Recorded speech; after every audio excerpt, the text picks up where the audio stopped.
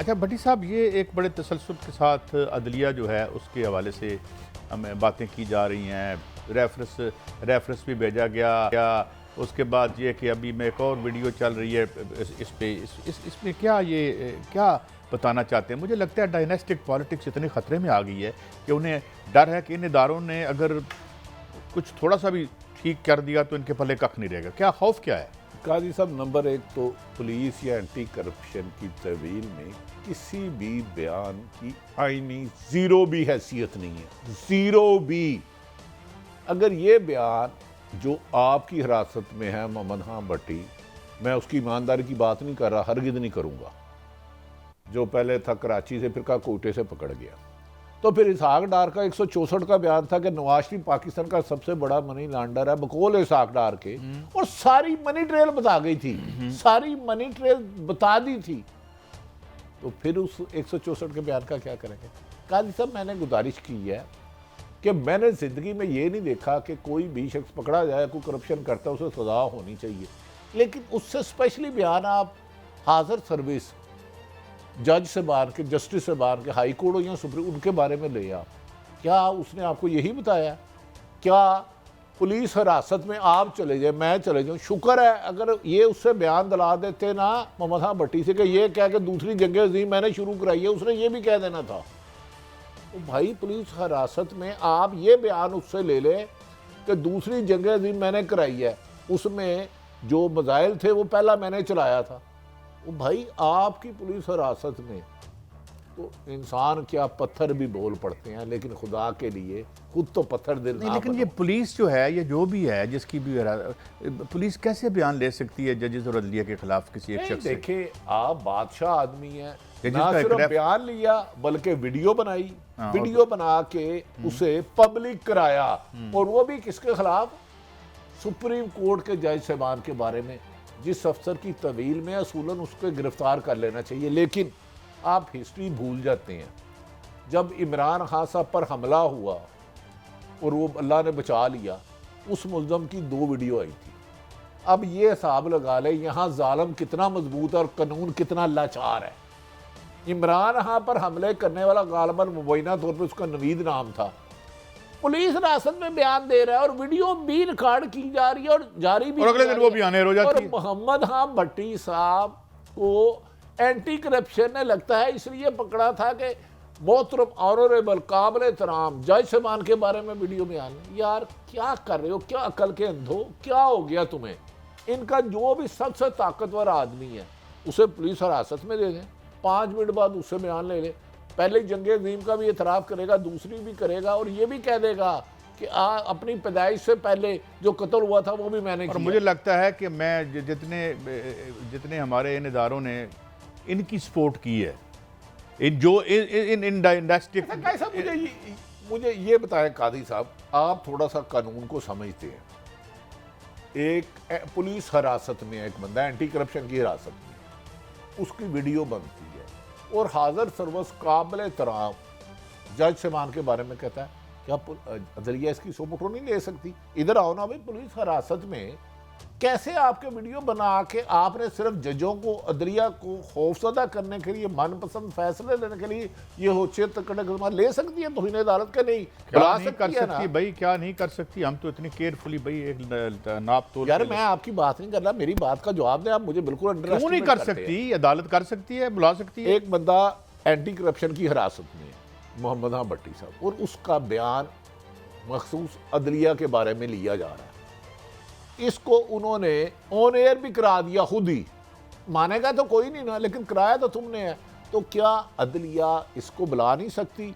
जिसकी भी हिरासत में डीजी एंटी करप्शन को इधर आए ना भाई, ये बयान आपके पास था बंदा, ये बयान कैसे हुआ, किसने रिकॉर्ड किया, किसने लीक कराया? क्या अदलिया को इस तरह ओछेत कंडों से डरा कर आप उन्हें इमरान खान पर पाबंदी लगवा लोगे या अपने सारे केस खत्म करवा लोगे? वो तो ऑलरेडी हो गए हैं। तो क्या अदलिया को लेना चाहिए कि नहीं? आप भी पाकिस्तानी, हमारा तो लिए तो काबिल एहतराम है। जिसने इलीगैलिटी की है, जो इस अदलिया पर शकूक व शुबात जो हैं वो डालने की कोशिश कर रहे हैं बगैर किसी सबूत के या एक प्रोसीजर है अदलिया में, एक रेफरेंस का तरीका है, एक रेफरेंस जाता है, एक रेफरेंस ऑलरेडी आप फाइल कर चुके हैं, उस रेफरेंस को उसके हुस्न व क़ुव्वा को देखना है जनाब चीफ जस्टिस साहब और जो बाकी मेंबर हैं जुडिशल कमीशन के।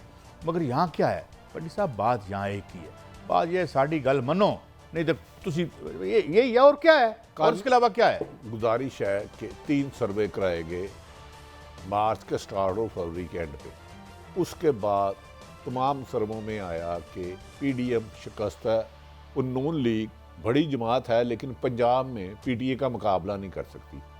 उसके बाद कभी आप अपनी एटमी बारे में साग डार का गैर जिम्मेदार बयान आया।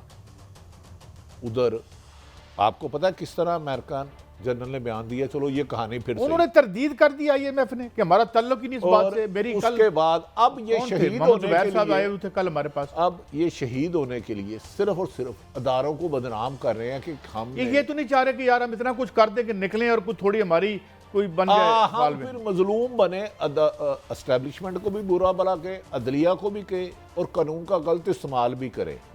इलेक्शन से फरार के लिए हर इनकी कोशिश नाकाम हो रही है। कादी साहब मैं इधर देखें, इन्हें पता चल गया कि अवाम ने इन्हें रिजेक्ट कर दिया, अदालतों में इमरान खान सरखरू होने लगा। अब ये असाक डार ने जो गैर जिम्मेदाराना बयान सेनेट में दिया, रजा रुबानी साहब ने उस पर सवाल उठाया। फिर एक और इनके वजीर ने कहा कि तुम्हें नहीं पता आईएमएफ हमसे क्या मांग रहा है।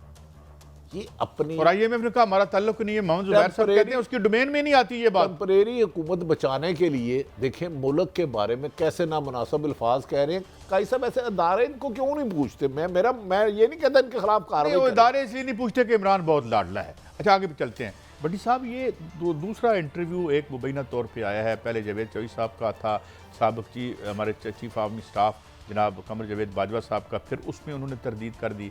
फिर हमारे दोस्त शायद मेतला साहब को इंटरव्यू दिया, अभी मेरे प्रोड्यूसर बता रहे हैं कि उससे भी वो उन्होंने कर दिया। तो ये इतनी गैर जिम्मेदार साफ़ी कौन है जो जो जो इस तरह के इंटरव्यू अगर हुए नहीं हैं और या इस तरह नहीं हुए तो इस तरह वो आगे आके सोशल मीडिया पर डाल देते हैं? ये क्या सहाफ़त है? मेरी अपनी राय है कि जिस साहब को इंटरव्यू उन्होंने दिया, इन्होंने कुछ ऐसे बातें की हैं जो मुझे भी पता था। मिसाल के तौर पे साबिर शाकर को 2 दफ़ा लेकर गए, मेरा जिगर जान है वो, उसने गलत नहीं कहा। अब देखना ये है कि पहले भी जावेद चौधरी साहब को इन्होंने इंटरव्यू दिया और 2-4 सहाफ़ी भी दावे करते हैं कि वो बाजवा साहब के बहुत करीब है। बेहतर ये है कि वो आके एक प्रेस कॉन्फ्रेंस करें।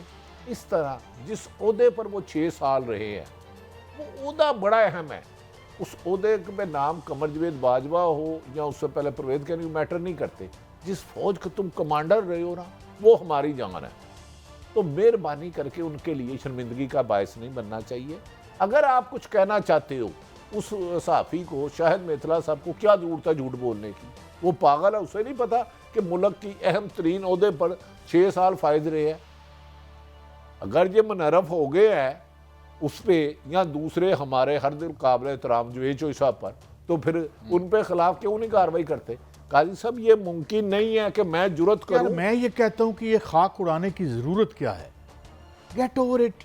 हम इतने बड़े क्राइसिस की तरफ बढ़ रहे हैं कि ये आपको इमरान खान भूल ना गया तो मेरा नाम बदल दीजिएगा अगर आपने मैशत को वक्त पे ना। ये जो इन्होंने इंटरव्यू दिया और बाहर आया, डू यू थिंक ये बगैर किसी हिकमत अमली के हुआ? इससे पहले भी जावेद चौधरी साहब को इन्होंने दिया, इसके बाद भी और कई दावेदार हैं।